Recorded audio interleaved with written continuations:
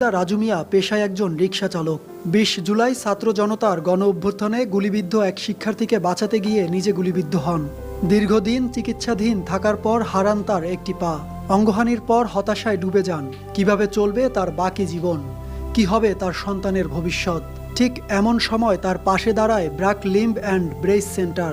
তাদের সহায়তায় তিনি আবারও স্বপ্ন দেখছেন নিজের পায়ে দাঁড়িয়ে স্বাভাবিক জীবনে ফেরার।